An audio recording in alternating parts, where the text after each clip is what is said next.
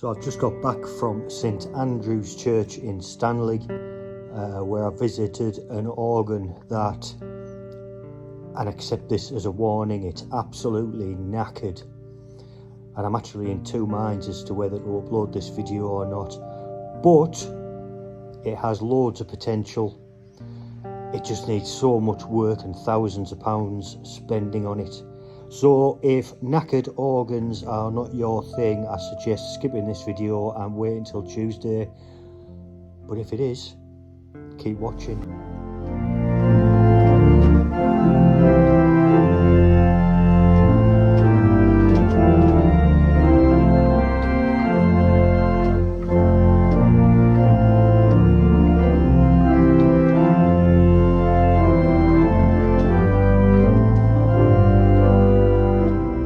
Welcome to another video and to another organ. Today I'm at St Andrew's Church in Stanley, which is just between Durham and Newcastle, to look at what could be a lovely two-manual tubular-pneumatic pipe organ. Firstly, if you haven't been to this channel before, my name's Paul and I visit pipe organs all over the place, wherever I can get in. So if you're interested in pipe organs and haven't yet subscribed, please do consider hitting that subscribe button. It really helps and I would be very, very grateful. But without further ado, let's have a look at the organ. So to be fair, this organ needs an awful lot of work doing to it. A lot of the stops aren't working. A lot of the keys are very unresponsive. I think that's down to the tubular pneumatic action. It looks like the leatherwork is pretty worn out. It just needs a complete restore or rebuild, but the church are looking into having that done, so that is a positive sign. This organ was originally built by Harrison & Harrison in 1880, I believe, and then later in 1930s, around that time, this organ was completely rebuilt with a new action by Vincent Pipe Organs of Sunderland. That may well explain the tubular pneumatic action. I'm not absolutely sure, but I'm guessing that's the case. But again, it's just in such a bad state of repair, needs an awful lot of work doing to it. But we're going to get through it as best as we can, and I'm going to start here on the grate, which is the lower manual, the stops for which are here on the right. So let's have a look at the grate. So the first stop on the grate is an 8-foot Dulciana, which sounds like this.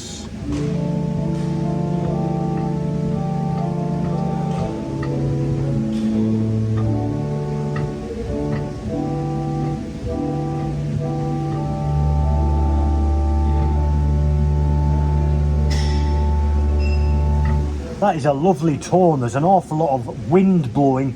There's leaks all over the place. That explains some of the faults and some of the bits and bobs not working. Next is a 16-foot double diapason.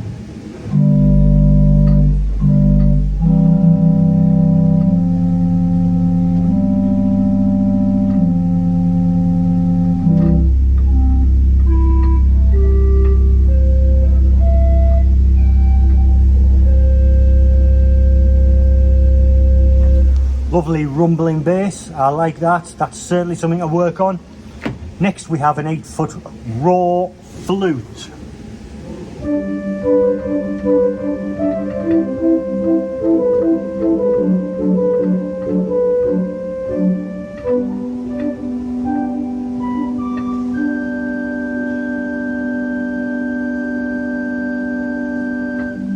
Nice and bright.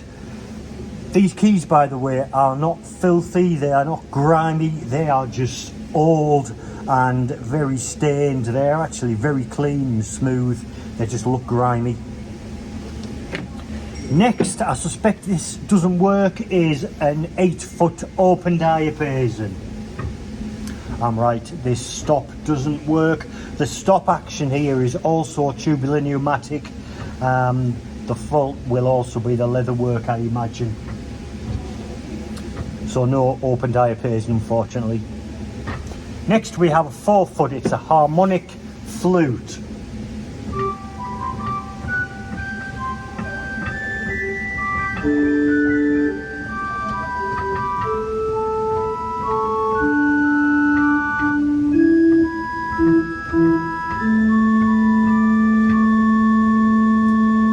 Again, nice and bright. That is a lovely tone. Next we have a 4-foot principal, and it works.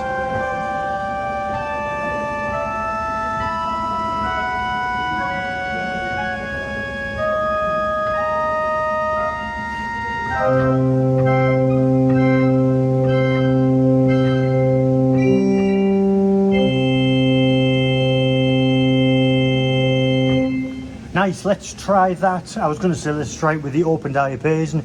It doesn't work. Let's try it with, we'll try it with a double open diapason.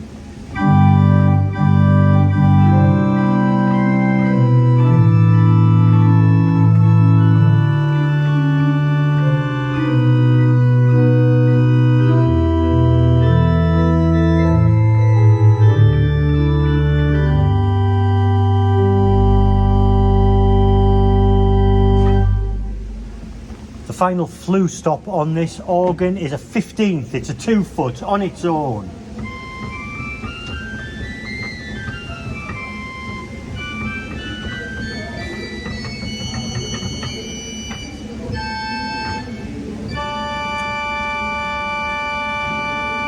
Because we don't have the open, let's try that again with the double open.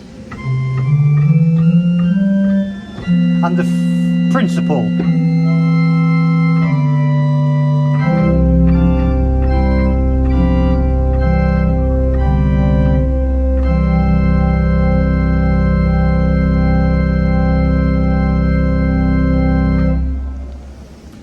The final stop on the grate is a reed, which I know doesn't work because I tried it before I started doing the video. It's a clarinet. Let's just see if it happens to have come on. It hasn't, but it's a clarinet. Unfortunately, that isn't working, so I can't demonstrate that. So basically, the clarinet and the open diapason don't work at all. But with the other stops, let's try something on the grate. Let's have a go.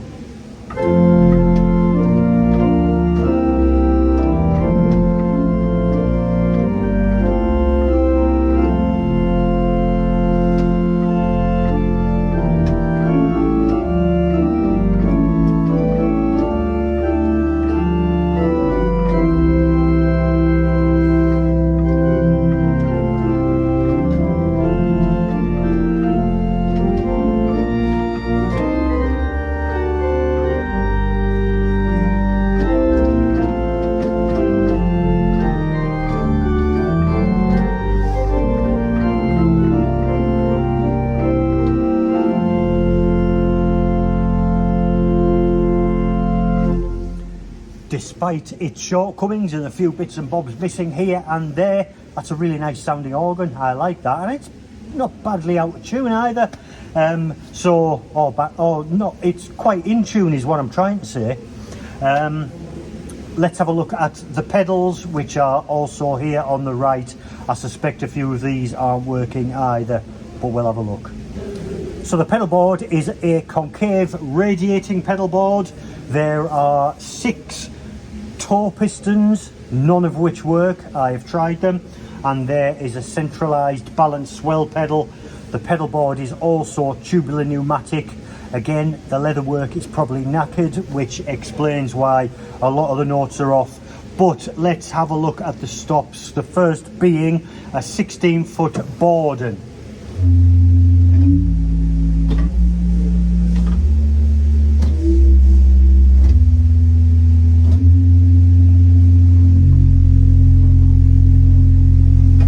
Well, that works. It sounds pretty nice.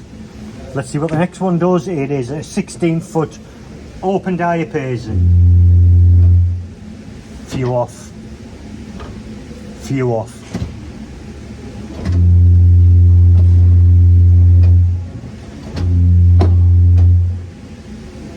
The one that does work sounds really nice, actually.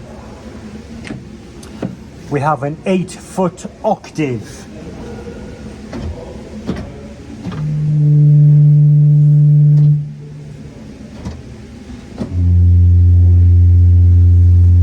So many notes off there, it's difficult to to say what's to tell what they sound like. And the final stop is also an 8 foot. It's a bass flute.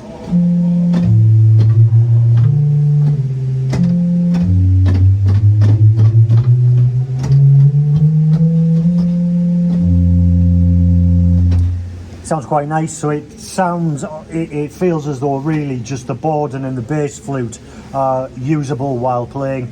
But there we go. We also have the two couplers on the pedal stops. We have the swell to pedal and the grate to pedal. Let's move on to the swell, which is the top manual. The stops are here behind me. Let's have a look. So the first fault that I've discovered on the swell is that without any stops,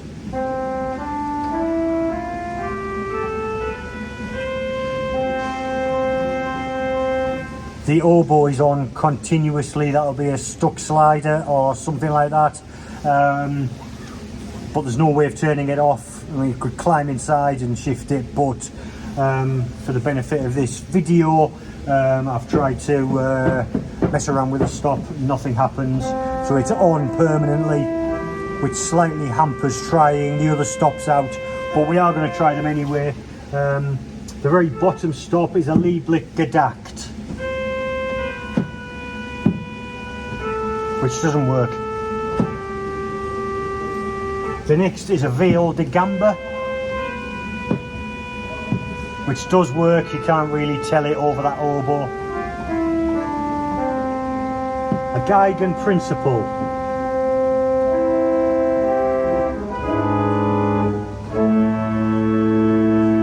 It's a nice oboe though. A Vox Celeste.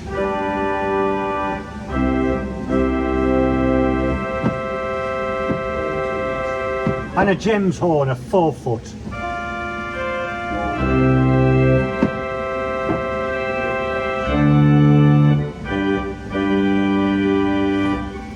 I feel like I'm wasting my time a little bit here, but we have a 3-rank mixture.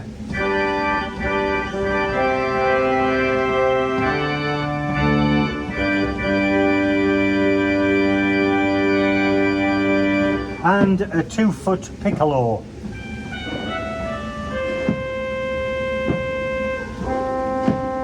Which doesn't work. Reed wise, we obviously have the oboe because we can't get rid of that, but we also have an 8 foot Conopian.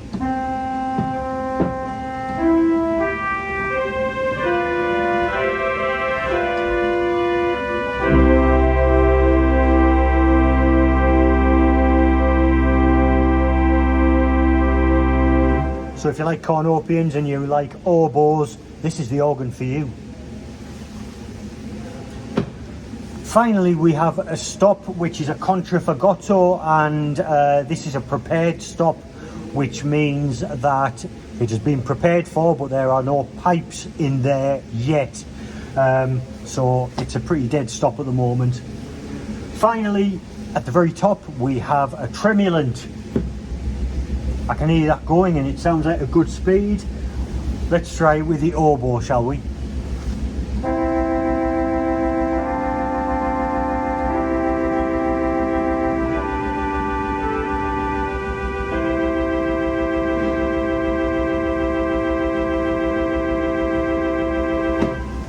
Quite a nice speed. On the left here we also have the couplers. We have a Swell octave, which I don't think works.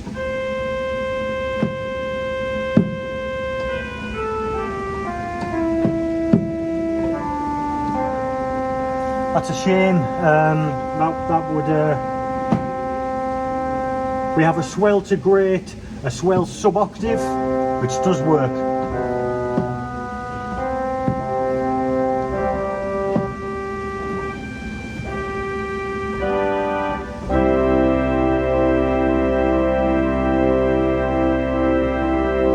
And we also have a Swell to grate sub-octave. I don't know if that works or not. Does. That works as well.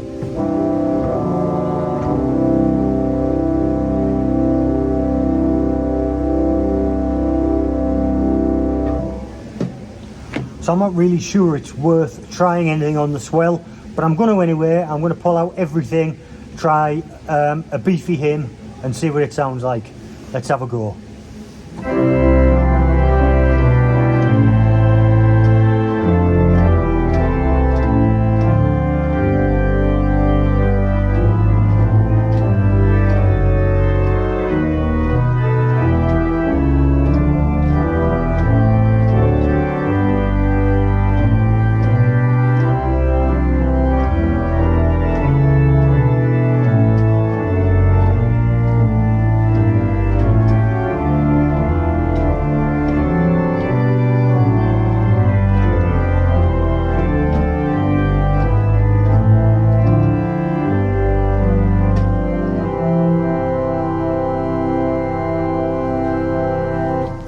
I'm not sure that was a benefit to anybody. Like I say, the oboe is just so overpowering. You don't want the oboe out all the time, but it is. So anyway, that's this organ. I don't really propose to do anything else on it. This is just a perfect example of an organ that has been, well, that hasn't been cared for and regularly maintained, and is now in need of massive, probably expensive work. So I've spoken to one of the ladies in the church who has told me that the PCC are attempting to deal with that. Hopefully something will come of it, because this is potentially a really nice organ. It's lovely positioned, it looks really nice. The pipework on the outside looks impressive. Inside it just looks really tired and worn out, in particular the leatherwork.